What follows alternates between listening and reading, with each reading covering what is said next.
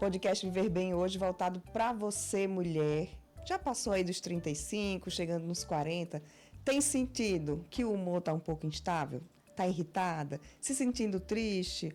Às vezes tendo queixas de memória? Será que isso não são sinais do climatério? Da menopausa que vai chegar mais um pouquinho aí na frente? Vamos falar sobre isso, vamos entender tudo, porque eu estou recebendo aqui duas especialistas nesse assunto.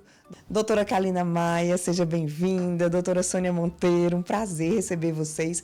E eu queria que as duas se apresentassem, falando o que é que vocês fazem, essa atuação para ajudar essas pacientes que estão aí no climatério e na menopausa. Olá, tudo bom? Muito obrigada pelo convite de estar aqui com vocês. Eu sou Kalina Maia, sou médica, ginecologista, especialista em terapias hormonais. Na verdade, a minha paixão imensa pela endocrinologia ginecológica, pelas terapias hormonais, me fez mudar um pouquinho de obstetrícia e me localizar 100% atualmente só tratando das alterações hormonais das mulheres no período do climatério, menopausa e tudo mais. Então, assim, é com grande amor e com grande paixão que hoje em dia eu praticamente só faço terapias hormonais. Eu vendo seu olhinho brilhar, eu acho que só deve perder pro olhinho das pacientes, né? Quando começam a sentir os benefícios. É verdade, é verdade. É uma mudança muito grande na qualidade de vida depois que a gente começa a fazer uma terapia de reposição hormonal. Doutora Sônia, e você? Então, eu sou médica, sou formada em Natal, né? Formei em 2007. Fiz residência de clínica médica, depois eu me especializei em ultrassonografia. E quando eu tive meu segundo bebê, eu engordei e fiquei com diabetes. Então, comecei a estudar sobre dieta, exercício, treino, suplementação. Fiz milhares de cursos e hoje eu trabalho com emagrecimento. E também faço terapia hormonal, assim como Kalina. A gente termina trabalhando com as duas coisas, né? Porque muitas pacientes procuram emagrecimento, mas se eu não repuser hormônio, ela não vai conseguir um emagrecimento de qualidade, mantendo massa muscular, mantendo vigor físico e tantas outras alterações, né, Kalina, que a gente vê associada à menopausa junto com a obesidade. Então, eu trato muito as duas coisas em conjunto, mas meu foco é emagrecimento. Eu trabalho bem com emagrecimento. Então, olha aí, você já viu que se você tem dúvidas, você vai esclarecer todas elas hoje aqui nesse bate-papo. Vamos começar falando sobre esse climatério.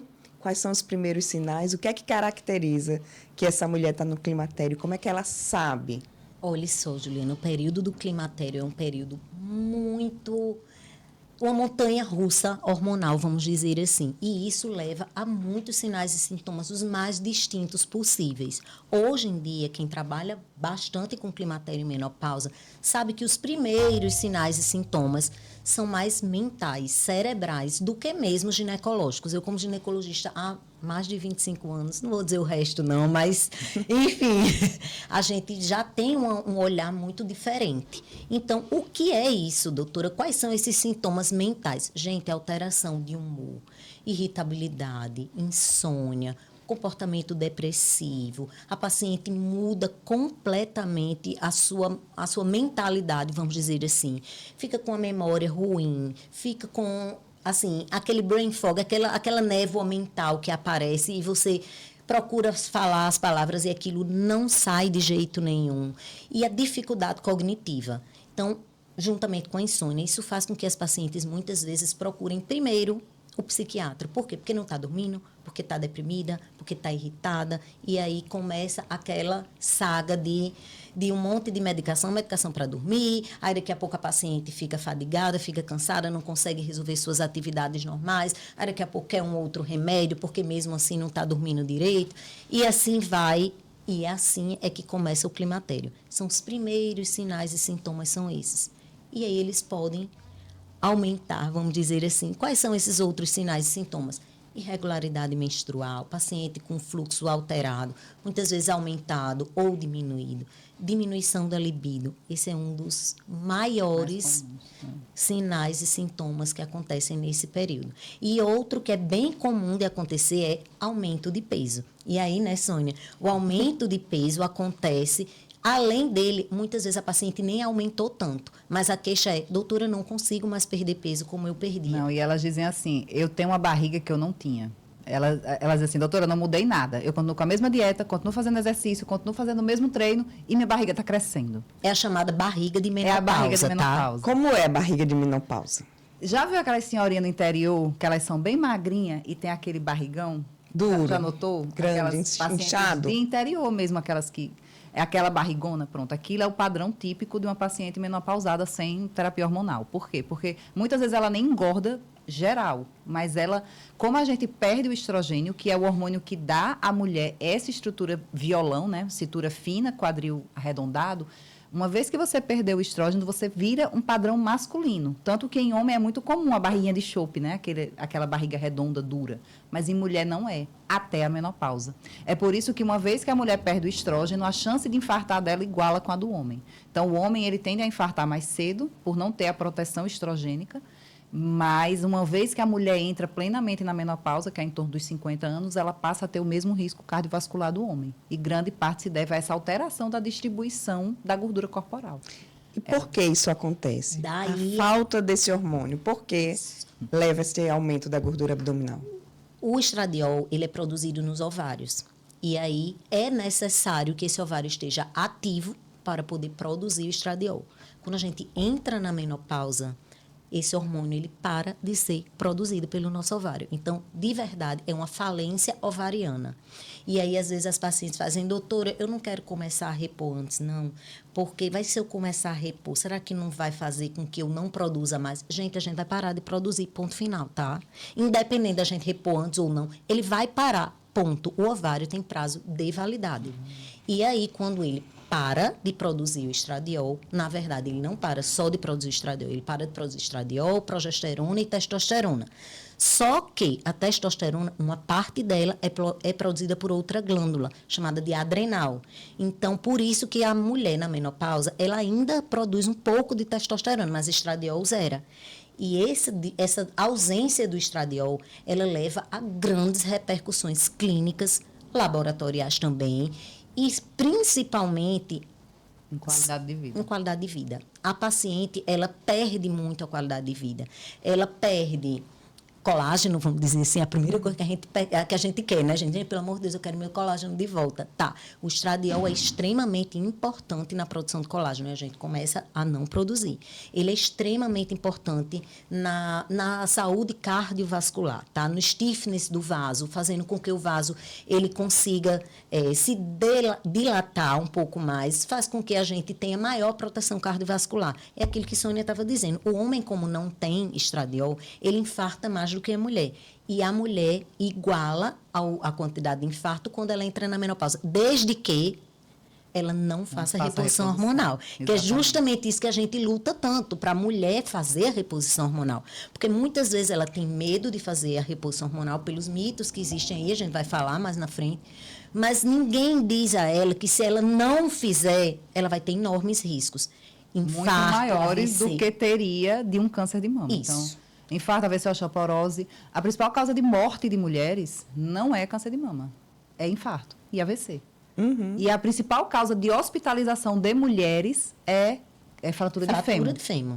Então, eu brinco que a gente corre do fantasma errado. A gente corre do câncer câncer de de mama, que ao contrário, o estrógeno, principalmente se você puder fazer estrogênio isolado, pacientes que não têm útero, pacientes que usam DIU, né, que podem fazer estrogênio isolado, o estrógeno, ele diminui o risco de câncer de mama. Se você fizer o estrogênio, né? A progesterona, ela aumenta, mas é muito pouco. No caso, a Até progesterona agora, sintética. É, a né? sintética. A progesterona sintética, Natural, ela aumenta, mas muito pouco. pouco. E não justifica E não a paciente justifica o não medo, fazer. entendeu? Né? Porque se você vir, todo mundo conhece uma senhorinha que ficou acamada a vida inteira por causa de uma fratura de fêmur, que não teve Isso. condição cirúrgica e ficou numa cama de hospital dentro de casa durante muito tempo.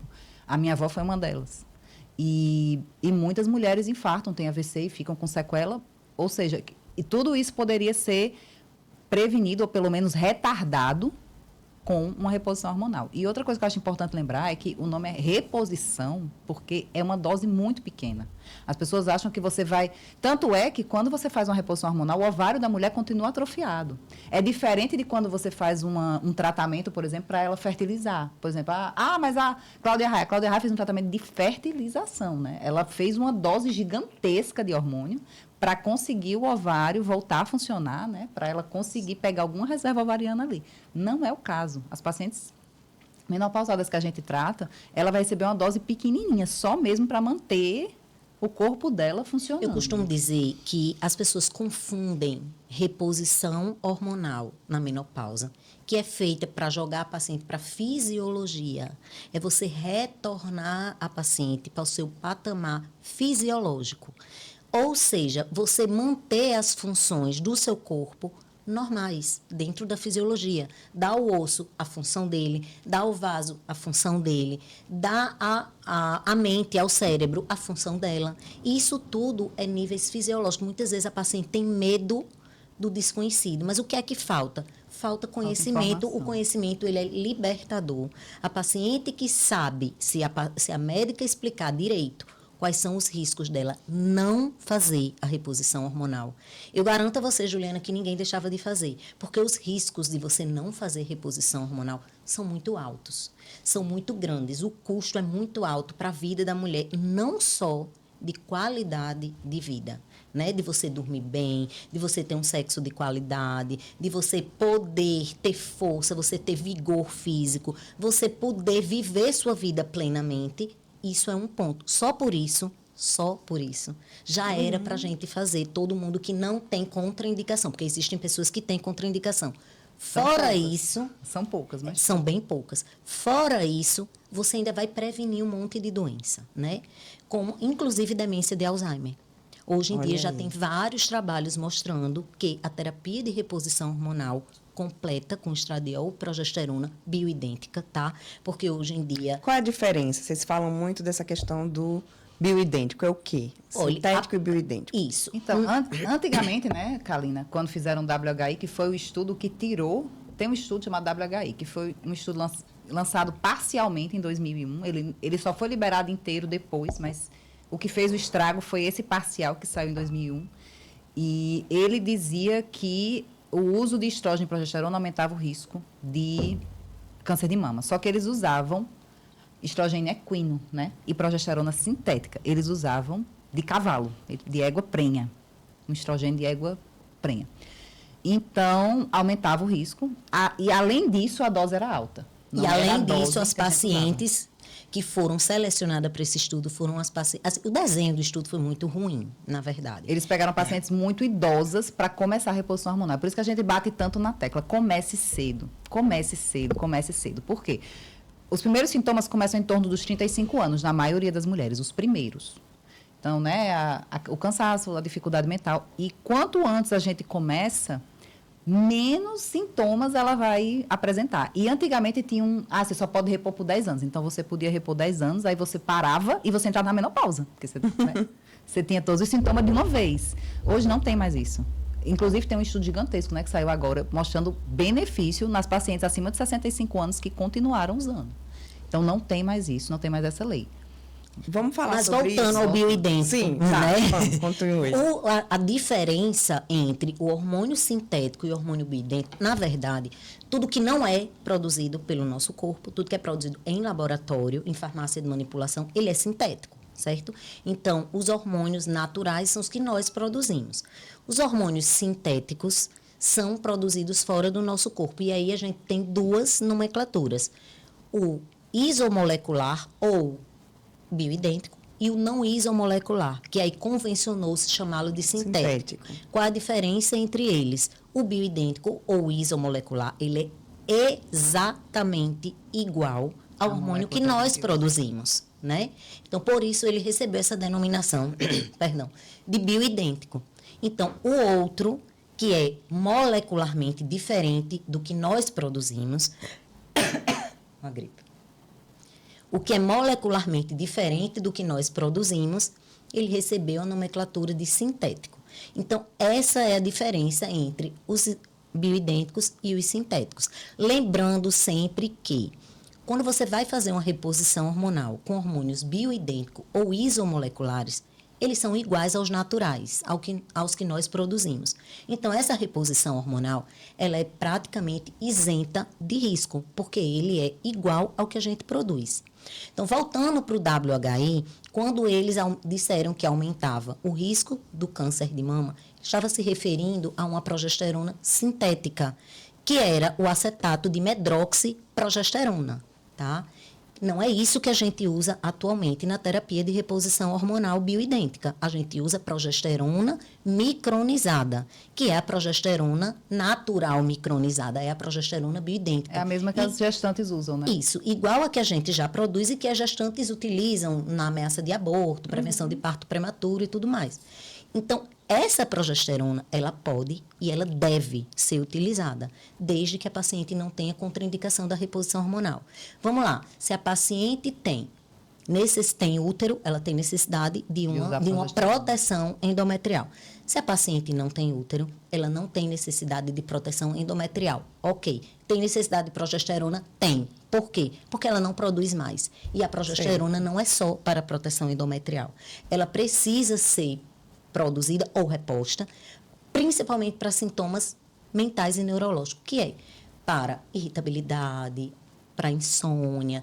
Ela tem, quando a gente faz a reposição da progesterona micronizada, natural, ela no intestino, ela sofre uma metabolização, uma primeira metabolização, e depois ela sofre uma outra metabolização hepática e libera um metabólito chamado alopregnenolona. Esse metabólito, a nível cerebral, ele tem uma ação extremamente importante, relaxante, ansiolítica, ela faz com que a paciente durma melhor, ela tem uma ação, vamos lá, diazepam-like, vamos dizer assim. Ela faz com que a paciente durma muito melhor, mais tranquila, fique menos irritada. Então, ela tem uma ação muito importante. Mas aí a gente tem que lembrar, vai ser feita a progesterona bioidêntica ou vai ser feita a progesterona sintética? Vamos lá. O paciente tem condição de comprar? Tem. Vai fazer a bioidêntica? Vai. Show. Não tem condição de comprar? Não. Vai fazer uso da progesterona sintética? Vai. Isso vai aumentar muito o risco de câncer de mama? Não. Muito pouco. Não justifica você não fazer uma reposição hormonal por conta disso, tá? Porque o risco é muito baixo. Depois que você explica à paciente os benefícios e os riscos, aí ela está apta a decidir. A decisão sempre vai ser dela. A gente, como médica, a gente está para esclarecer, né? E colocar para a paciente os riscos que ela teria se ela não fizer. Porque aí, muitas vezes, a paciente faz, não vou fazer, não. Eu não vou fazer porque eu tenho medo de câncer de mama. Tá. Isso lhe isenta de câncer de mama? Não. Ponto número 1, não isenta do câncer de mama. Ponto número 2, eu não vou fazer reposição hormonal. Eu tenho algum risco? Será que acontece alguma coisa? Tem. Aumenta muito seu risco de infarto, seu risco de resistência insulínica, de diabetes, de AVC, de dislipidemia, de Alzheimer. Então, assim, não fazer não é uma opção inteligente, porque os riscos são muito maiores. Tá? E tem a janela, né? A gente só pode começar até 10 anos do último sangramento, porque depois disso não há benefício. Depois disso é só risco. Né? Porque ela já está com a artéria já calcificada, ela já está... E muitas não respondem. Eu já tive pacientes assim que, né, Kalina, às vezes a paciente mantém o corpo, tudo, a gente, não, tá, beleza. Ela tem condição de fazer. A gente faz e não responde, porque já não tem receptor nas células. Qual o melhor momento para iniciar? O melhor momento para iniciar a reposição hormonal é no climatério. Começou a surgir os primeiros sinais e sintomas, você vai procurar sua médica, tá? Que tem experiência com reposição hormonal. E aí ela vai avaliar, porque muitas vezes o laboratório, ele não conversa com a clínica, tá? Na hora que você tem queixa climatérica, algumas vezes o laboratório, dependendo da fase que você faça e dependendo do mês que você faça, ele vai dar até normal. Mas a paciente tem muita queixa. E quais são as queixas, doutora? Fogacho, insônia, irritabilidade, alteração hormonal, começa a ter sintomas deprimidos, alteração do humor e tudo mais. Essa é a hora de entrar com a reposição hormonal? É essa hora. Porque essa transição ela vai ocorrer de uma forma muito mais tranquila, muito menos dolorosa, muito menos traumática. Porque existem mulheres, Juliana, que passam pela transição menopausal de uma forma muito tranquila, sem muitos sinais e sintomas. Mas tem mulheres que sofrem muito. Tem mulheres que chegaram para mim que disseram assim, doutora, é o seguinte, meu casamento tá indo pro ralo, tá? Eu acho que eu não gosto mais do meu marido, não sei o quê. Minha vida tá um inferno, eu não consigo ter relação nenhuma, eu não tenho vontade, não tenho desejo. Sinto dor, ardor quando tenho relação. Eu não consigo. Eu vim para cá porque a senhora é minha última opção. Me disseram que se a senhora não resolver, ninguém resolve. Tá, vamos lá. Calina ou divórcio? Pois é. E aí, olha só, pasme com essa. A paciente chega, a gente faz a reposição hormonal. Eu tive uma paciente que chegou, essa frase, eu disse, fulano, eu vou levar essa frase para a vida. Posso? Elas pode não, deve, doutora. Pode dizer que foi uma paciente sua que disse. E ela, quando voltou, ela disse, doutora, ela abriu a porta e disse, ai, doutor, você não acredita. Eu disse, o que era, fulano? Ela disse, doutora, o que me faltava não era amor, doutora, era hormônio. Eu achei a coisa mais linda. Ela disse, doutora, eu tô tão apaixonada na vida pelo meu marido. Eu nunca deixei de estar. Você nunca deixou de estar. O problema é que você estava com muita deficiência hormonal. Isso estava lhe causando muita dor, muito sofrimento. Então, o que lhe faltava realmente não era amor, era hormônio. E essa frase eu estou levando para a vida, viu? Se ela estiver assistindo esse podcast, você sabe que é para você, né? Que você disse que eu podia usar essa frase. E lembrar também, uma coisa que eu escuto muito é, doutora, mas é um processo natural. Eu digo, gente, não é porque é natural que a gente precisa passar do jeito... Assim, se você parar para ver na nossa vida, nós fomos... Se você pegar um calendário da década de 30, as pessoas morriam aos 30, 35 anos. Então, o natural é a gente morrer aos 35 anos. A gente não nascia em hospital, a gente não andava de avião, a gente não vivia em cidades. Então, nada disso aqui é natural. Então, se é para não fazer reposição porque é natural passar por isso, não é nem natural se a gente chegar na cidade. Não é natural. Eu tenho um médico que eu gosto muito, o doutor Bruno Lauper, uma vez ele me disse, Sônia, já notou que todas as princesas da Disney não tinham mãe? As mais antigas? Aí eu, nossa, nunca tinha prestado atenção. Ele disse, porque elas morriam de parto. Uhum. Então, os pais casavam com madrastas malvadas e elas eram criadas por essas madrastas. Porque era comum, na época que esses contos foram criados, né, pelos irmãos Grimm, no final dos anos 1800, alguma coisa. As mulheres não chegavam na idade de ter menopausa. Era muito raro. Morria-se muito antes de doença, de infecção, de tudo, né? Então, não é porque é uma coisa natural que a gente precisa passar, não nos dias de hoje, não com o tanto de informação que a gente tem sobre o climatério, sobre a menopausa, sobre o benefício maior do que o risco, e sabendo que nossa expectativa de vida é passar quase metade da vida em menopausa. Porque se você entra em menopausa, né, em climatério aos 40, e você vai viver 80, 90...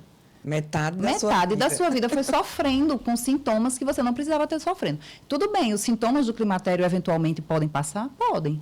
Né? Pode ser que um dia você esqueça o fogacho, passe a fazer parte da sua vida. Mas e o osso que vai degradar? Mas e o coração? E a estrutura corporal que vai mudar? Entende? Então, eu acho que vai muito além do natural, não natural. É uma discussão para muito além disso. Na verdade, me preocupa muito as pacientes que não têm sintomas. Essas são as que mais me preocupam. Você sabe por quê? Porque quem tem queixa, quem tem sintoma muito intenso, ela não aguenta ficar. Ela vai em busca de ajuda. E aí, quando ela não tem essa queixa tão intensa, ela deixa de lado porque aquilo não está incomodando ela. E aí, eu peguei uma paciente há 15 dias que eu fiquei muito assustada. E aí é que eu imagino mais falar mais e levar informação para as pacientes. Uma paciente super jovem, 55 anos, que chegou para mim porque uma colega indicou, porque ela disse que estava muito fadigada, que estava muito cansada, que estava muito entregue, porque estava sem coragem de fazer nada, mas não tinha nenhuma queixa climatérica. E aí eu perguntei, você entrou na menopausa já? Ou você ainda menstruou? Não, doutora, já entrei na menopausa. Parei de menstruar aos 50 anos. Quer dizer, ela tinha 5 anos de menopausa. E aí, como é que você está? Não, doutora, eu estou bem. Está com alguma queixa? Olhe, fora a libido que está no pé e o ressecamento vaginal mais ou menos, e essa fadiga, não estou sentindo nada. Aí eu, tá. E aí você fez algum exame ultimamente? Você, não, doutor, como eu não sinto nada, faz uns 3 anos que eu não faço nada. Tá. Fiz o exame da paciente, osteoporose gravíssima. Gravíssima. Eu fiquei extremamente assustada. E ela também, ela disse, doutora, meu Deus, e agora tem jeito? Tem. A gente vai tratar, obviamente, que vai usar todo o arsenal que está a nosso dispor, né? E tentar reverter essa osteoporose. Mas pense só, você reverter uma osteoporose é muito mais difícil do que você preveni-la. Com certeza. Né? E era uma paciente extremamente orientada. Uma mulher que tinha, assim, um discernimento muito alto, mas que na cabeça dela, como ela estava sem queixas, ela não estava sentindo nada, era um processo natural, então não precisava se preocupar com aquilo, tá? E esse processo de osteoporose grave se deu em 4 anos, porque ela tinha uma densitometria de 4 anos antes e ela tinha uma leve osteopenia, que eu discordo veementemente de um colega que vê uma densitometria mostrando uma osteopenia e o colega não faz nada, né? Uma paciente de 51 anos, que já estava na menopausa desde os 50, tinha osteopenia e ninguém fez nada. Naturalmente iria evoluir, né? Obviamente. O que é que ela ganhou? Uma osteoporose gravíssima, que vai dar um trabalho grande a ela e a mim de revertê-la. Vamos conseguir? Vamos, se Deus quiser. Mas poderia ter sido evitado. E aí, uma jovem de 55 anos, a mulher está no auge. Se a mulher levar uma queda na academia, no banho, em qualquer coisa, ela fratura o fêmur. Ela pode até não morrer dessa fratura, porque ela é muito jovem, vai se recompor. Mas se ela tivesse mais idade, talvez ela nem sobrevivesse à cirurgia. Ou pós-operatório de uma fratura de fêmur, que é gravíssima, o risco de embolia é grande, vai ficar muito tempo presa no leito e tudo mais. Então, o que me preocupa mais nas mulheres que não têm queixas é você botar para debaixo do tapete um assunto tão importante como a menopausa. E bate muito... desculpa. Não, só um comentário. A gente vê muito mulheres que se cuidam desde cedo, alimentação, pratica atividade física e acha que nada vai acontecer nesse Essa momento, era uma delas, né? viu? Era uma paciente magra, era uma paciente que praticava atividade física pelo menos 4 vezes por semana. Musculação, que é a atividade física indicada. A paciente tinha uma massa muscular muito boa, era magra, se alimentava muito bem. Todos os fatores protetores para a osteoporose. Todos os fatores protetores, mas ela não tinha o hormônio. Entendeu? Independente do que você faça, o hormônio vai chegar uma hora que vai faltar. Vai cobrar. Ele vai cobrar. O hormônio vai cobrar o preço. E é um preço alto, geralmente, né? É uma osteoporose. E graças a Deus que ela descobriu antes, né? Porque ela podia ter descoberto na fratura, queda, viu? Ela podia ter descoberto na fratura, o que é muito grave. Muito grave. Mas, assim, o que eu mais vejo, o que eu mais recebo são pacientes da psiquiatria. Já rodou em todos os medicamentos para dormir, já rodou em todos os medicamentos para depressão e chega, doutora, eu não sei mais o que fazer. Não sei mais o que fazer, eu já tomei isso aqui, aí vem com a lista, já tomei isso aqui tudinho de antidepressivo, já tomei isso aqui tudinho de remédio para dormir. Só que o remédio para dormir, ele tem um efeito muito ruim. Acho que 90% deles atrapalha o sono REM, que é o sono profundo. Então, você dorme, mas você tem aquele sono mais superficial. Então, não é reparador. A paciente acorda ainda cansada. E, ao longo dos dias, ela vai viciando naquela medicação. Só dorme com aquele, dependendo do medicamento. Então, ela vai virando uma bola de neve. Ela não dorme direito, aí ela acorda deprimida, aí bota um antidepressivo. Aí eu digo que é um para acordar, outro para dormir. Porque a pessoa vive nesse ciclo. E tem um estudo muito interessante do Reino Unido, que no Reino Unido é bem distribuído assim. Uma parte do Reino Unido faz reposição hormonal desde cedo e a outra parte não faz de jeito nenhum. É aquele um para lá, outro para cá. E eles mostraram nesse estudo que os lugares em que se faz mais reposição hormonal, se usa menos medicamento antidepressivo. E é um gráfico, assim, que você fica assustado. Você diz, meu Deus do céu, olha o tanto de antidepressivo que a gente podia economizar em termos de qualidade de vida. Porque um antidepressivo, por mais leve que ele seja, ele é uma medicação que vai alterar a química cerebral da mulher. Isso. Então, é gritante. Assim, um gráfico que você olha, onde não repõe, a taxa de uso de antidepressivo é altíssima. E onde repõe, a taxa é muito baixa. Então, é muito importante também que os colegas psiquiatras, né, lembrem disso, que as pacientes, elas estão entrando, e às vezes elas estão entrando cedo, elas estão entrando com 35, elas estão entrando... Tem mulher que entra no climatério com 35, geralmente a idade média, né, são 50 anos, mas você pode começar a ter sintoma 10 anos antes. Então, com 40, às vezes com 35, a mulher já está com algum sintoma. E o interessante, eu percebo muitas mulheres, escuto muitos relatos.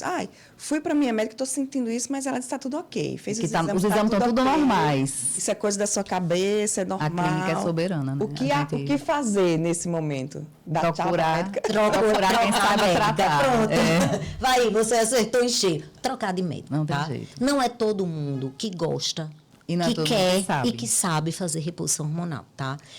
Eu costumo muito dizer que reposição hormonal, terapias hormonais, não são para todo mundo. É uma coisa que você precisa gostar muito. E ter muita paciência. Isso, porque é aquela paciente, principalmente na transição menopausal, é aquela paciente que você vai colocar, daqui a pouco você vai tirar, você vai trocar, você vai aumentar, você vai diminuir. É um quebra-cabeça, porque quando a paciente chega para a gente, doutora, eu estou na menopausa faz 3 anos, ai, que delícia.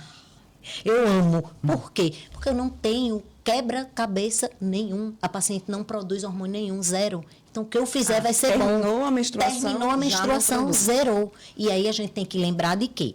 O que é a menopausa? Parei de menstruar 3 meses depois, já posso dizer que estou na menopausa? Não. Menopausa, você menstrua hoje e você só pode dizer que você está na menopausa se daqui a 1 ano você não menstruar mais. Aí, aquela data de 1 ano atrás é que foi a sua menopausa. Então, se as pacientes estão esperando, se as colegas médicas estão esperando alteração hormonal para laboratorial, que eu quero dizer, para validar o seu tratamento, elas só vão começar com 1 ano de atraso, tá? Está devendo. 1 ano de atraso. Por quê? Porque a paciente parou de menstruar, 1 ano depois é quando você começa a dizer que está na menopausa. E aí, esta data, até então, a paciente vai ficar no limbo. Ela vai ficar na parte do climatério, um mês ela menstrua, outro mês ela não menstrua, passa 40 dias para menstruar, 60 dias para menstruar, menstrua com 15 dias, 3 meses sem menstruar, nada, daqui a pouco eu tenho um paciente que passou 6 meses sem menstruar. E aí menstrua de novo. Aí zera de novo a contagem. E aí você sabe o que é que ela... Zera de novo a contagem. Aí você sabe o que é que ela diz? Doutora, eu estava na menopausa, mas eu sangro na menopausa. Eu disse, como assim você sangra na menopausa? Está errado. Algo muito errado está acontecendo. Você faz reposição hormonal? Não. Então está errado. Vamos recapitular. Quando foi sua menopausa? Passou quando... Não, doutora, eu menstruei. Aí passei 6 meses sem menstruar e menstruei de novo. Vai zerou a contagem. Zerou a contagem. Você não estava na menopausa, tá? E você está no climatério. E aí essa fase é bem difícil, porque aí é onde as colegas se confundem.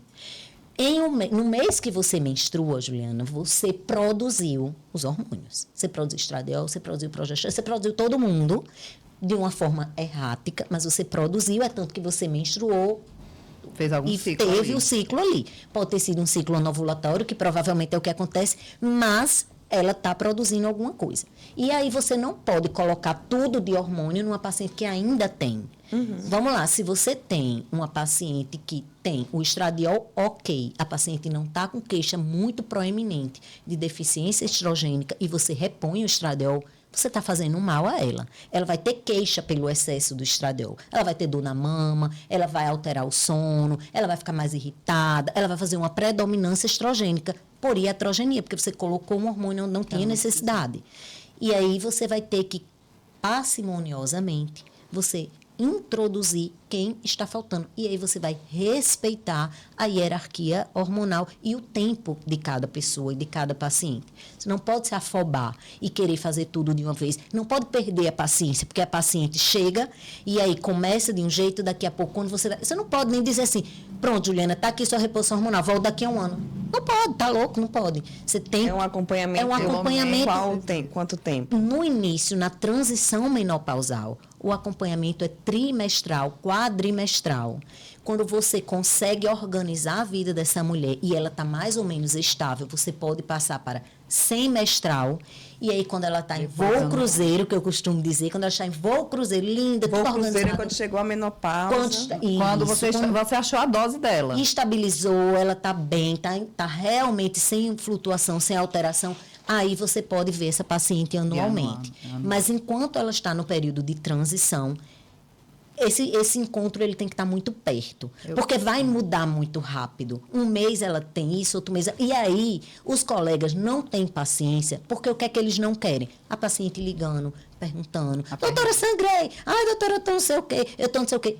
As pessoas não têm paciência. Então, diz logo assim, mas tá normal, é assim mesmo, viu? É da idade. Não é. Não é assim. Vamos falar do emagrecimento, né? Vamos. Já que esse ganho de peso é tão comum e tão frequente nessas mulheres. Não só o ganho de peso, mas a mudança na estrutura corporal, né? Que as mulheres mais se queixam. Mas eu geralmente, eu recebo muito paciente com obesidade, então normalmente eu trato em conjunto, né? Tanto a obesidade como a reposição hormonal em quem precisa. E... hoje em dia a gente está fazendo reposição tanto em mulheres, né, lógico, mas em homens também. Tá tendo muito paciente homem precisando de reposição hormonal. Até porque, o que é que acontece? À medida que a obesidade, ela faz com que a pessoa produza mais estrogênio, na verdade não é estriol. É um tipo de estrogênio mais fraco, mas a gordura produz sozinha isso, sem precisar de ovário. Então, o que é que acontece com os homens? Eles entram num desequilíbrio. O equilíbrio hormonal da gente é o seguinte: a mulher tem muito estrogênio e pouquinha testosterona. E o homem é o contrário, ele tem muita testosterona, mas ele tem um pouquinho de estrogênio. Quando o paciente começa a desenvolver obesidade, esse estrogênio vai aumentando e esse balanço vai ficando errado. Então, é quando o homem começa a produzir, né, fica com aquele aspecto de ginecomastia, aquele peito, que incomoda muito os homens, né? Ele vai tendo queda da libido, vai ficando meio assim, né, meio preguiçosão, vai desenvolvendo aquele corpo um pouco mais, aquele quadril um pouco mais feminino, tudo isso por causa desse excesso de estrogênio que a gordura produz. E também afeta as mulheres, né, porque vai aumentar o estrogênio dela, então vai dar, proporcionalmente, a testosterona vai estar menor ainda, e ela vai ter essa predominância estrogênica que Kalina já falou. Né? Esse Então, processo de emagrecimento envolve a reposição hormonal e o que mais? Tem suplementação? a gente faz suplementação. Eu trabalho muito com medicação anti-obesidade, tanto as canetinhas, né, famosas, mas também uso medicações orais. Eu acho que a gente tem que usar todas as armas que a gente tem, porque a obesidade é uma doença multifatorial. Ela não é causada por uma coisa. A gente tem uma teoria que chama teoria do gene econômico. Então, acredita-se que durante nossa evolução, a gente passava muita fome. Então, os organismos que conseguiram sobreviver, os humanos que conseguiram sobreviver, foram aqueles que conseguiam guardar mais energia, que conseguiam acumular mais gordura. Só que no mundo que a gente vive hoje, em que a gente tem 5.000 calorias na porta quando você liga para a pizzaria, a gente não tem mais uma falta de caloria. A gente tem um excesso de caloria e a gente tem uma falta de movimento. Porque se você imaginar um nômade que estava se mudando enquanto tinha recurso, ele tinha que caçar, ele tinha que, né? Não tinha meio de refrigerar, não tinha, então a gente evoluiu para passar fome. E a gente hoje não passa nem desconforto, quanto mais fome. Mas tem um excesso de caloria, mas provavelmente uma falta de nutriente, né? Com certeza. Exatamente. E aí é importante. É que é importante. É a coisa que mais me chama a atenção. É o consumo de calorias vazias. Gente, é impressionante como a gente pega paciente obeso, né, Sônia? Que quando você vai para os exames, que você vai ver vitaminas, vai ver minerais. Selênio, zinco, gente, tudo é uma no tragédia. pé. Ele diz assim, às vezes assim, doutora, meu cabelo está caindo horrores. Olha aqui, quando pega, tá uma maçaroca de cabelo. Quando você vai ver os exames, a gente... Doutor, estou super fadigada. Mas por quê? Porque não tem vitamina D, porque não tem B12, porque não tem nutriente selênio, de não tem nada. Tem nada. E por que isso? Porque hoje em dia, a oferta de alimentos no supermercado não é comida de verdade. Isso. Na hora que você abre um pacote de biscoito, às vezes, quando a gente vai olhar o que tem no rótulo, você diz assim, e cadê a comida mesmo de verdade aqui? Não tem nada. É tudo assim, é edulcorante, é acidulante, é goma não sei de quê, é espessante, é não sei o quê. Quando você vai ver, não tem nada. Nada. Agora, consumo calórico desse tamanho. Pois né? é, mas é uma coisa que, assim, os pacientes muitas vezes dizem assim, doutora, eu já fui em vários médicos e eu não sei o que é para eu comer. E eles não sabem mesmo. Eu não acho que... Não é mentira. Porque, assim, a gente aprende desde a infância a comer com os nossos pais. E é uma coisa que a gente não para pensar, putz, será que eu aprendi certo ou eu aprendi errado? Ou será que tem um jeito certo de fazer isso ou não? Então, eu digo que o meu trabalho é muito de educar o paciente. Olha, é o seguinte, se tu comer... geralmente eu pego o que ele come primeiro. E eu sempre falo para meus pacientes, vamos começar pela proteína, porque eu acho muito repulsivo esse negócio. A partir de hoje não como mais pão, a partir de hoje não como mais não sei o quê. Quando você diz assim, não pense no elefante amarelo, você passa o dia todo pensando no elefante amarelo. Então, quando eu digo ao paciente, não coma pão, ele foca no pão e ele quer o danado do pão. Então, geralmente eu começo pela proteína. Eu calculo mais ou menos quanto ele precisa de proteína. Nas primeiras consultas, eu nem costumo mandar para nutricionista, porque ele já pensa naquela dieta que vai pregar na geladeira e ele não vai fazer. Eu digo, não, fazer o seguinte, vamos começar o medicamento, vamos pedir os exames e você vai comer isso aqui de proteína por dia. Só isso aqui que você precisa matar de proteína. Ah, doutora, quer dizer que eu não preciso tirar nada? Eu disse, não tira nada, só acrescenta isso aqui. Gente, só que à medida que aumenta a proteína, aumenta a saciedade. Então, aquele monte de pão que ele ia comer, ele vai comer um. Aquele monte de arroz que ele ia comer, ele vai comer menos. Então, o paciente já volta mais magro só de regular a proteína. Então, ajustando a proteína, aí eu vou ensinando ele, tá? Então agora bota um legume, então agora bota uma... É um processo de formiguinha, é reensinar a pessoa a comer sem ela saber que está aprendendo a comer. Porque se eu digo a ele, olha, eu vou te reensinar... Não sei se eu quero aprender não, doutora. Eu, assim, não sei se eu estou muito afim. E outra coisa que eu preciso reensinar muito aos pacientes, além de comer, reensinar não, às vezes é ensinar a primeira vez, né? Porque muita gente veio de famílias que não ensinaram realmente, que não tem essa cultura de saber o que é que está colocando na mesa, né? E outra coisa que eu tenho que ensinar muitos deles é a dormir. As pessoas não sabem mais dormir. E já se provou por A mais B que quem não dorme não come direito no outro dia, não tem jeito. Você não tem como tomar uma boa decisão nutricional. Na verdade, você não tem como tomar nenhuma boa decisão se você não dorme. Dormiu. Se você acordar de ressaca, meu amor, você não vai fazer nada que preste naquele dia. Você não vai dormir, você não vai comer, você não vai trabalhar, você não vai conseguir focar. Então, o sono é uma coisa que as pessoas acham muito bonito não dormir, acham muito bonito virar à noite, mas se esse comportamento evoluiu ao longo de milênios, em todos os mamíferos, é porque tem uma função de ser. E a função de ser é que o cérebro precisa de descanso. Eu sempre digo aos pacientes, se não fosse para a gente dormir, gente, não, a gente simplesmente não ficava cansado. Se fosse para a gente estar acordado até meia-noite, a gente enxergava no escuro igual gato. Mas não é assim que funciona. Seu olho não enxerga. Então, você tem que ter um horário, tem que ser igual criança. Ó. A partir de tal hora, não mexe mais em telefone, não mexe mais em luz amarela. Esses dias eu peguei um engenheiro e ele veio arrastado pela mulher, né? Geralmente o homem vem arrastado pela esposa. Sempre. E aí a mulher dele é a coisa mais linda, maravilhosa. Aquela mulher com 2 filhos que você não diz nem tem um. E ele estressado porque as obras, porque não sei o quê, e ele tem umas obras no interior. E ele falando que não dormia, que chegava em casa, ainda tinha os pedreiros falando com ele, e que não sei o quê. E eu olhando para ele, né? E a mulher dele tinha saído. Aí ele reclamando, né, da obra, não sei o que. Vem cá, que hora tu desliga esse telefone? Aí ele disse, não, doutora, às vezes meia-noite eu ainda estou falando no telefone com meus funcionários. Eu disse, e que hora tu olha para essa tua mulher aí, hein? Aí ele tomou um susto, assim, ele, como assim, doutora? Eu disse, não, tu já viu a mulher que dorme contigo, né? Aí ele, já, depois tu começa a olhar. Porque se tu fica até a meia-noite no telefone e tu acorda 4 horas da manhã para ir para o interior, tu não está vendo ela. Tu não está vendo os filhos que vocês têm juntos. Vocês não estão curtindo a vida que você construiu com ela. Menina, ele mudou da água para o vinho. Agora, chega em casa, porque às vezes o paciente não nota. Ele não nota, ninguém chamou a atenção dele. Ele diz assim, olha, presta atenção, olha aqui para mim e vê o que é que tu está fazendo. Entendeu? Você sabe o que é outra coisa terrível para o sono, que eu escuto diariamente? Doutora, meus filhos dormem comigo. Como assim? Dorme como? Dorme no seu quarto? Não, dorme na minha cama. Eu disse, como? Dorme na minha cama. Eu disse, olha, é o seguinte, primeira coisa, dever de casa. Bota o colchão no chão ou põe uma rede e as crianças vão sair da cama. Ninguém dorme com uma criança batendo a noite inteira.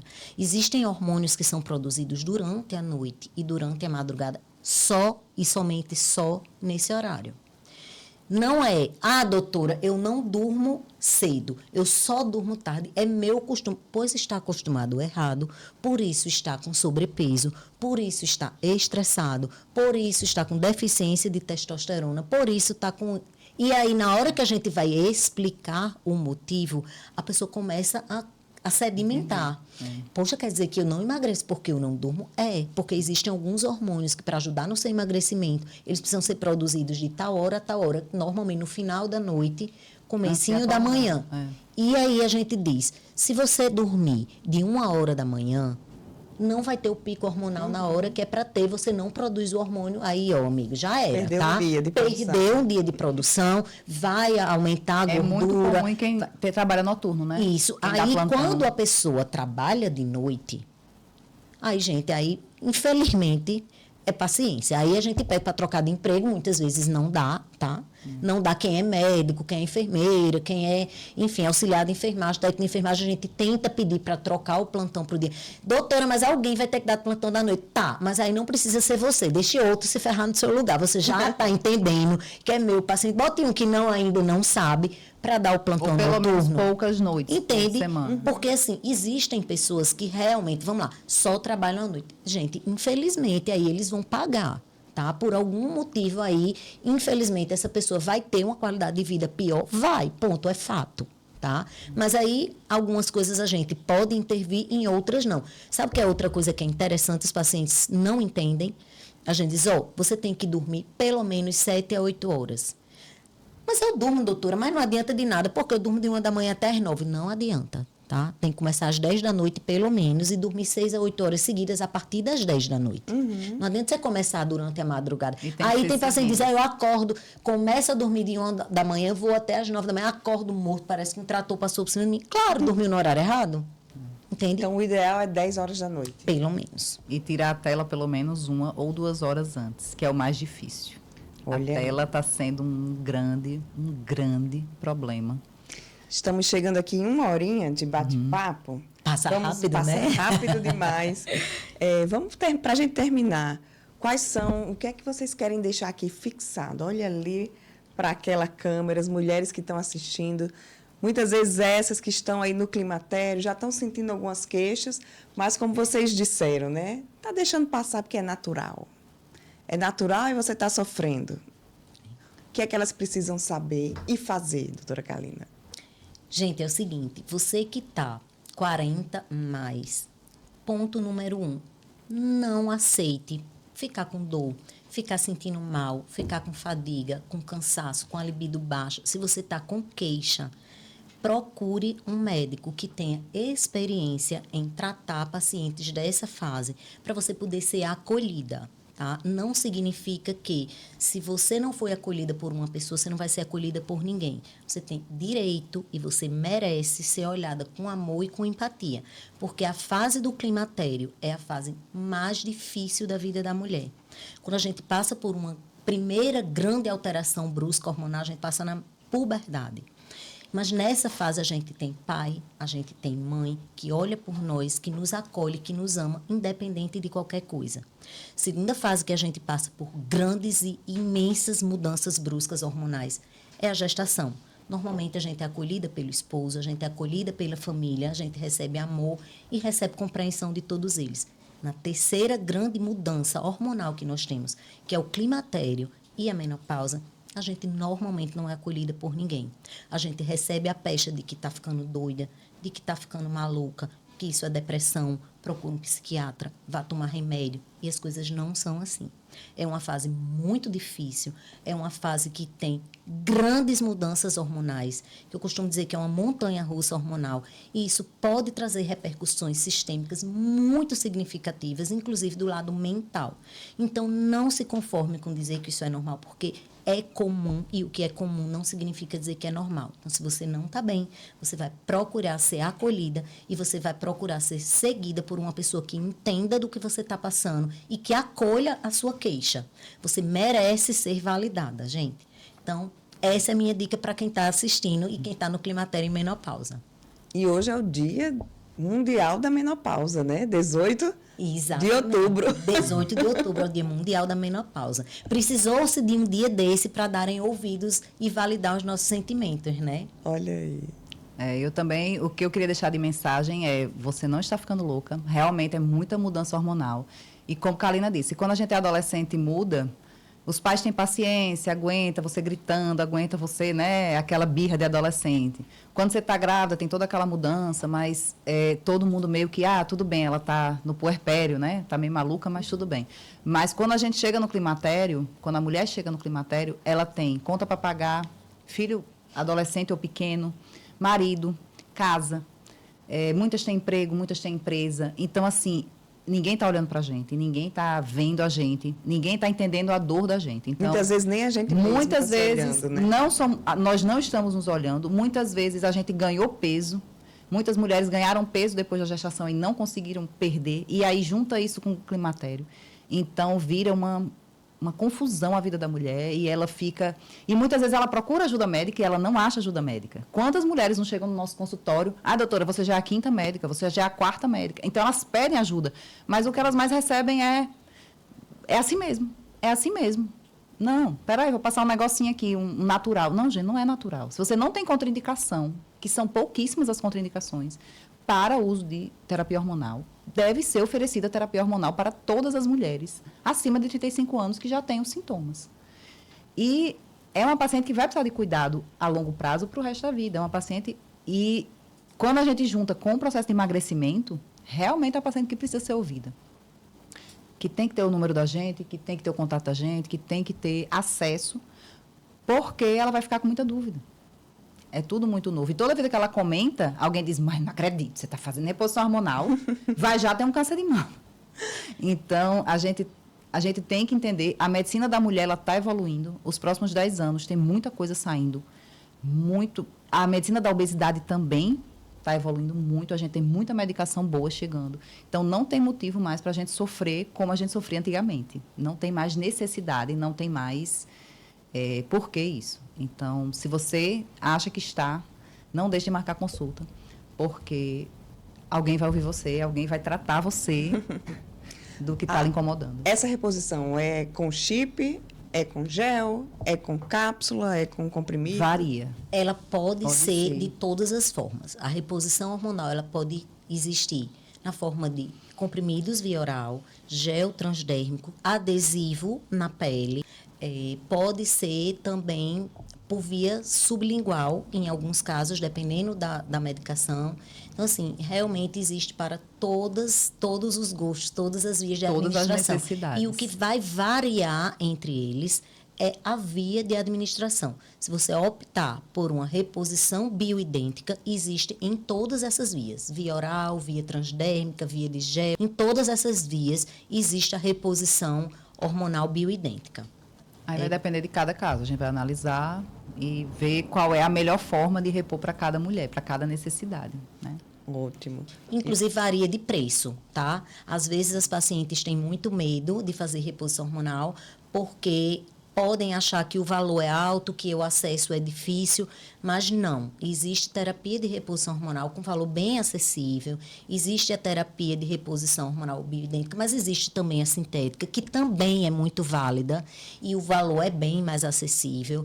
E, atualmente, existe um projeto de lei em tramitação na Câmara Federal para ser aprovado o tratamento de reposição hormonal no SUS, para ele ser fornecido pelo SUS. Isso ainda não virou lei, mas já está em andamento, tá? Então, assim, eu vou ficar muito feliz no dia que isso passar, porque todo mundo vai entrar na menopausa, né? Todo mundo que Deus o livre não morrer vai entrar na menopausa e vai precisar ser tratado. E merece e é muito viver cruel, nessa fase com qualidade. É muito cruel você dividir o mundo em quem pode e quem não pode financeiramente fazer uma reposição hormonal, né? O SUS, ele é universal, ele tem obrigação de acolher a todas nós, né? Então, ele é mais do que justo o SUS cobrir o custo de uma terapia de reposição hormonal, porque ele vai estar economizando muito dinheiro com as doenças que vão ser evitadas pela reposição hormonal. Ótimo. Doutora Kalina, muito obrigada.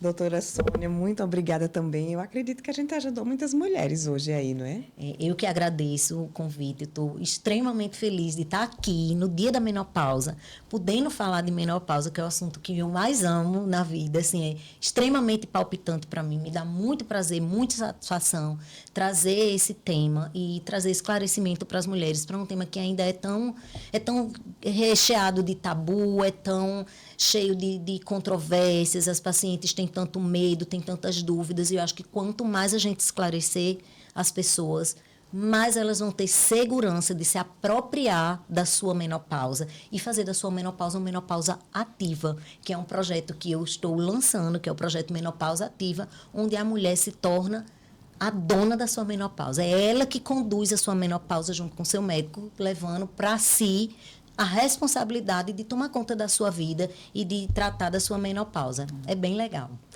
Lembrando que tem, além da, assim, não são todas as pacientes que são candidatas, mas se tiver tudo ok com os exames, né, Kalina? Algumas pacientes a gente não consegue repor porque às vezes o paciente está com tanto excesso de peso, né, que a gente fica impossibilitado, mas à medida que o peso vai baixando, a gente vai conseguindo repor, a gente vai vendo o resultado.